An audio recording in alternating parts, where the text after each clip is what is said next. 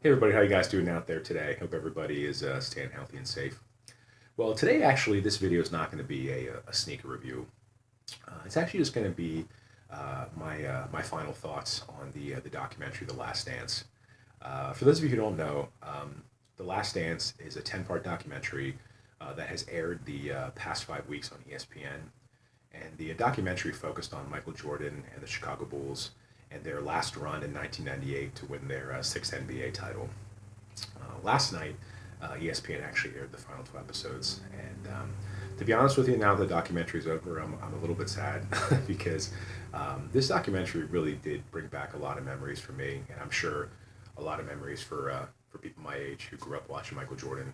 I grew up in the '80s, and I became a fan of Michael Jordan, when I was a kid. And back then, I just absolutely loved basketball. I would always be outside in our backyard shooting hoops and playing pickup games with my friends. Um, and looking back, probably the reason why I loved it so much was probably because of Michael Jordan. Um, I remember watching him play.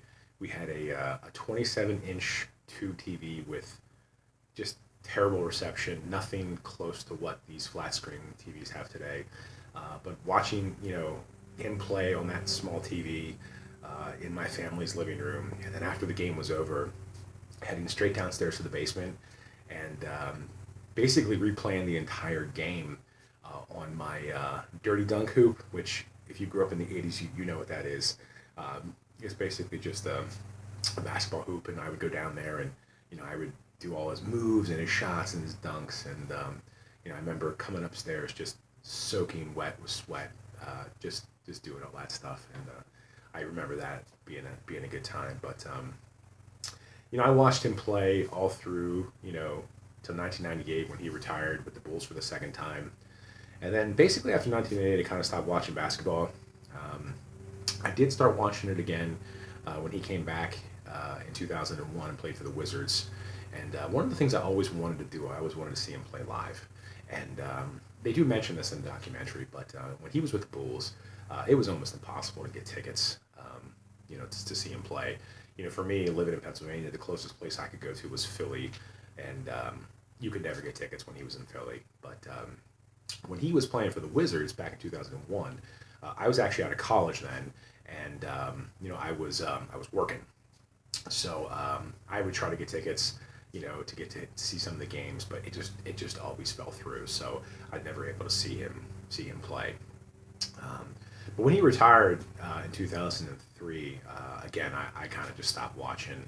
Um, it was one of those things where, not to take anything away from anybody else, but when you see the things that he did on the court, you kind of just come to the point where you're probably not going to see anything like that special again. I know that the mantle of his was taken up by the younger superstars like Kobe Bryant and LeBron James, and both of those guys are amazing players, and won several championships on their own.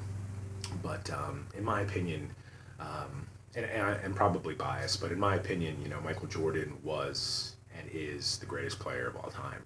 So I guess the biggest thing I was surprised about with this documentary, and looking at it now as an adult, I guess I shouldn't be surprised, um, was the way that his teammates felt about him. I was watching a lot of interviews this past week with the sports personalities on ESPN and interviews with his former teammates. And if you watch the documentary, it's actually said a couple times that basically everybody feared him. Um, there were a few instances in the documentary where, he crossed the line with some teammates. But at the same time, you can kind of understand the reasoning. He was drafted by the Bulls in 1985, and they were terrible at the time. And with him, every year, 86, 87, 88, they just keep getting better and better and better.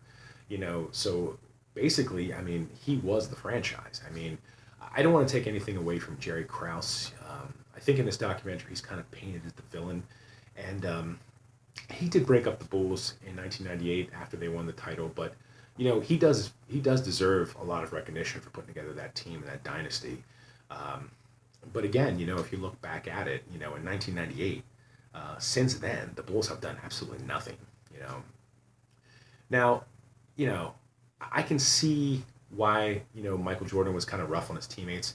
There's one time he mentions a quote where they don't know what I've been through, you know, and you can see like with guys like Scott Burrell and stuff where, you know, they're kind of joking around and looking at it through Jordan's eyes, it's like, he was there when on the ground floor when things were going terrible.